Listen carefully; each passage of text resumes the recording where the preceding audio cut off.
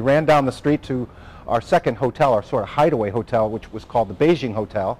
I think we were on the 6th floor, maybe the 7th floor, and we went up there where the rest of the CNN personnel were hiding out, and I set up my tripod as soon as we got up there on the balcony and put the camera on it, and that's what led up to it. We were all up there in the place, and me and Mitch, we were amazed at what was happening, because we heard a lot of gunfire, a lot of cannon fire going off, and we were just amazed. And if you listen closely to the raw tape, you can hear us talking about it. We saw the man jump out into the street.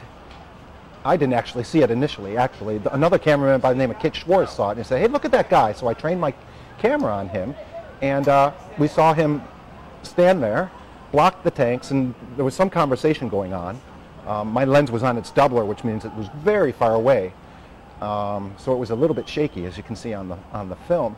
And what happened was, the tanks tried to go around him, and they couldn't. So then they stopped, and they thought they would try to scare him away by shooting their rifles or machine guns over his head. Well, over his head, 2 blocks down, was basically at us, and the bullets were coming by us so close that we could actually hear them go woo, woo, right over our heads.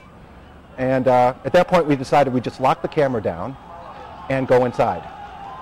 And so we did. We left the camera rolling. We went inside, and we didn't go back outside until we heard the tanks going past us, and we figured whatever happened, we'll just find it on the tape. When we got back to the hotel after the cannon fire, there was pandemonium in the lobby of the hotel. We had heard rumors once we got in the door that the Army was going to come. They had heard that there were journalists in the building, so that they were going to go searching room to room to confiscate video. And actually, one of our photographers, Cindy Strand, who had hung out in the women's latrine. Now, that was a very disgusting place to hang out in, but she captured some incredible video of the whole unfolding of that event. And when she got to the Beijing hotel, her tape was confiscated, so we never got to see her tape. But I got up to the hotel room, and Tom Montier was the reporter. He was pacing back and forth with worry, because there was a lot happening, and everyone started fearing for their lives. We even had one sound person that had rolled up in the fetal position in the back corner of the room. She was so frightened.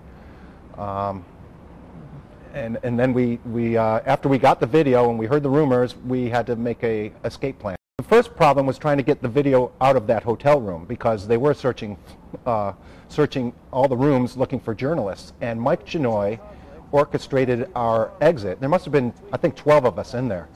Mike took off, went outside, and rounded up a bunch of rickshaws, these guys that are on these bicycles that are attached to a little chariot, and brought back some gym bags. And we disassembled our cameras. We took off the lenses, the batteries, so they would all fit into like a little bag, and we made like we were tourists and walked out. And it was funny, because as soon as we got out of it wasn't funny. As soon as we walked out of the hotel, there was a huge barrage of bullets. And there were students that got hit and went down right in front of us. And we just went to the back of the hotel, jumped on the rickshaws that Mike had got, and we took off to our permanent base at the other hotel. The way we got it out was,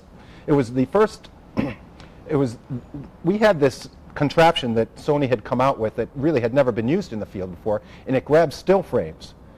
It took forever. It took like 45 minutes to send one frame of video. And we took a bunch of grab frames and sent them out. That's how initially we got it out. We got the full tape out by taking the tape and going to the airport, and we gave the tape to a willing tourist that was flying to Hong Kong and asked them if they would take this tape for CNN to Hong Kong, and someone would be in Hong Kong with a CNN sign that they could just give that tape to, and then it was fed from there. It is really surprising that that still is like the biggest symbol of that event. As a matter of fact, my kids in high school, the pictures in their high school history books when they were studying about Asia. So that was pretty surprising to me.